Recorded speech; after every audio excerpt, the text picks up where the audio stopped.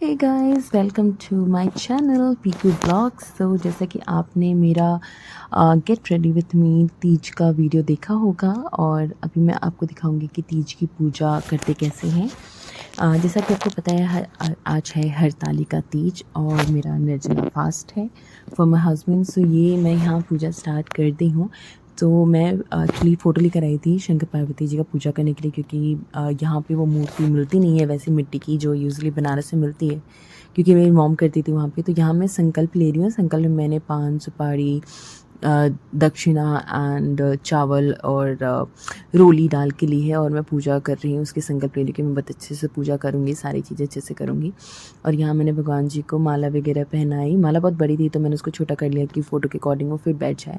साथ में अपने सिंदूर जो है मैं यहाँ पार्वती जी को लगा रही हूँ, जो कि हमेशा सुहागनों को अपने सिंदूर से तीज या करवा चौथ के दिन पूजा करनी चाहिए, क्योंकि उनका आशीर्वाद होता है कि माता पार्वती हमेशा हमारा सुहाग बना के रखें और ऐसे ही प्यार बना रहे हम में।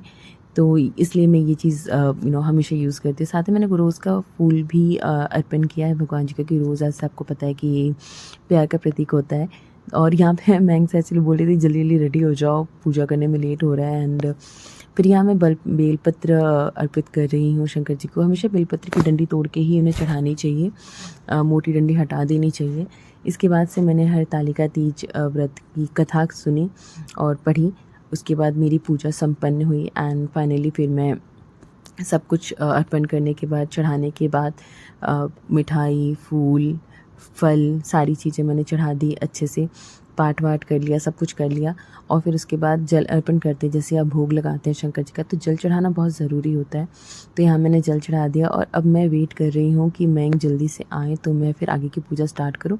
तो ये देखिए, ये हो गई है मेरी पूजा फाइनली यहाँ पर। और अब मैं इंतज़ार करी कि मुझे आरती करनी है। तब तक मैंने सोचा कि चलो मुझे जो श्रृंगार के सामान चढ़ाना है पार्वती जी को वो मैं देख लेती हूँ सब कुछ सही से है या नहीं। तो यहाँ आप देख सकते हैं ये सारे श्रृंगार का सामान है जो मैं लेकर आई थी पार्वती जी को चढ़ाने के लिए, साड़ी और जो भी सुहाग की चीज़ें होती हैं वो सब कुछ। और यहाँ हम दोनों ने आरती मिलके की। पहले हमने गणेश जी की आरती की, उसके बाद फिर हमने शंकर जी की आरती की। और फिर अच्छे से आरती वारती करने के बाद हम फाइनली रेडी हुए मंदिर जाने के लिए। मैंने जैसे आपको दिखाया कि मैंने सामान पहले से ही पूरा अरेंज कर रखा है, जो जो मुझे मंदिर लेके जाना है, वहाँ चढ़ाना है पार्वती माता को।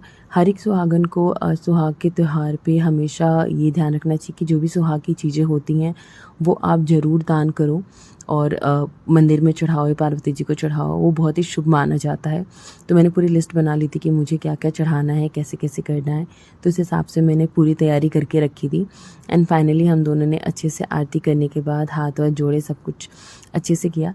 उसके बाद से मैं इनको बोला कि अब जो हमारा सिंदूर जैसा आप देखो मैंने यहाँ रखा हुआ है लगाने के लिए, तो मैं आपको स्पेशली बोलूँगी कि तीज त्यौहार के दिन ना हस्बैंड को ज़रूर आप बोला करो कि वो सिंदूर लगाएं। तो यहाँ मैंक ने मुझे सिंदूर लगाया मेरे मांग में। एंड फिर ये लगने के बाद फिर हम फाइनली निकल गए मंदिर जाने के लिए। मंदिर हमारे जस्ट पास में ही, हमारे घर के ज़्यादा दूर है नहीं। तो हम अपना सामान वामान लिए, सब कुछ लिए, बहुत सारा सामान हो चुका था वैसे तो मेरे हाथ में। फिर हम फाइनली पहुँचे मंदिर सामान लेके दर्शन पूजा करने के लिए अच्छे से। और मैंने मैम को बोला कि आप प्लीज़ मेरी वीडियो बनाते रहना, क्योंकि मैं तो पूजा में बिज़ी होंगी तो मैं कुछ कर नहीं पाऊँगी।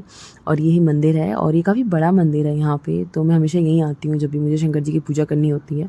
इवन अभिषेक वगैरह भी हम इसी मंदिर में करवाते हैं। तो हमारे पंडित जी नोन है यहाँ की, और कैसे तो अब घर के पंडित हैं।